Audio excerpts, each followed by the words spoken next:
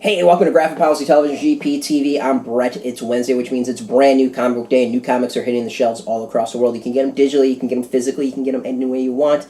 It's like the best thing about comics now. You can get them on demand. DC hooked us up with one of their trade releases. This is Dark Knight's Metal, Dark Knight's Rising.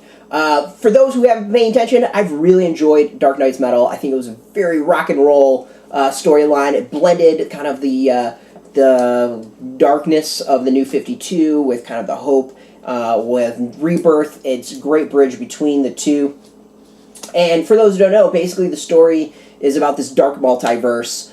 Think of it as like the negative version of Earth. If there's Earth 1, there's Earth -1. There's Earth 2, there's Earth -2. And these are all like, it's a twisted world. Earths are getting destroyed. It's planets are being destroyed. It's kind of like, you know, murder and mayhem is the best way of putting it. And as you can imagine, like, heroes get twisted because of that. So in this world, Batman exists. Except it's not the Batman that you know. The Dark Knights of the multiverse are twisted versions of Batman. So there's Batman who laughs. He's a lunatic driven mad by his world's Joker. The Red Death, a thief who stole his reality, speed, force, power. We got the Drowned, the Batwoman from an underwater hellscape.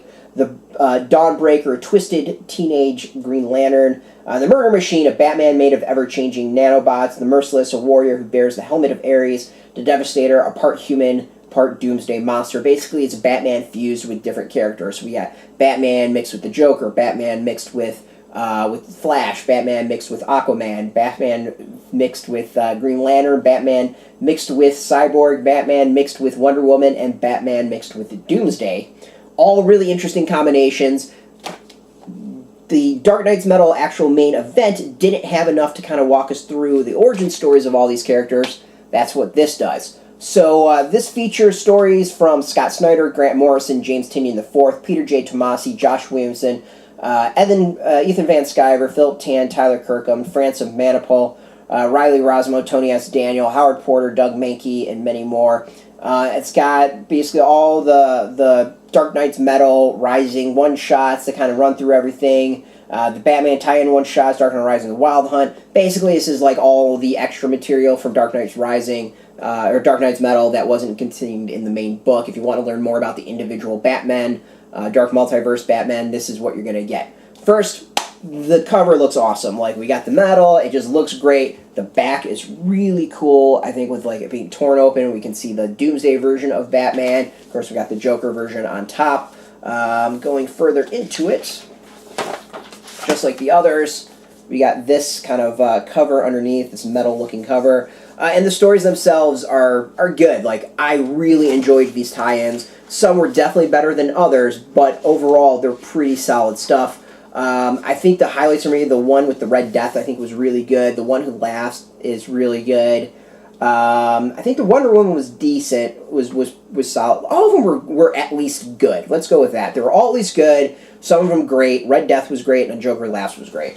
I think the only one I probably didn't totally dig was the Cyborg version. It just didn't quite go with me. The art is awesome. Like, this has got solid art. There's all kinds of different styles because we got different stories. So things do change up. This is the Green Lantern version. Little Ethan Van Sciver. Then we got like the Aquaman version of this world. And so it's all kinds of different styles. I think this was the Wonder Woman one. It's all really, really good. So, basically, if you've been digging Dark Knight's Metal, if you've got the main series, you want to learn more about these characters, this is an excellent trade to get. This kind of fills in a lot of the gaps as to who these characters are and what they want and what their worlds are like. In fact, most of these got to the point where they were really good one-shots, and I wanted to see more. I actually would have dug to check out more series about the Dark Multiverse. I really hope DC maybe goes back and does kind of like an anthology series of like Before the Fall type stuff. I think it would be really cool to check out these slightly different versions of Earths and explore it a lot more. There's really cool concepts. I'm hoping we see more of it. I think Dark Multiverse really opened up so much as far as the DC universe and what we can, what we're expecting for the future.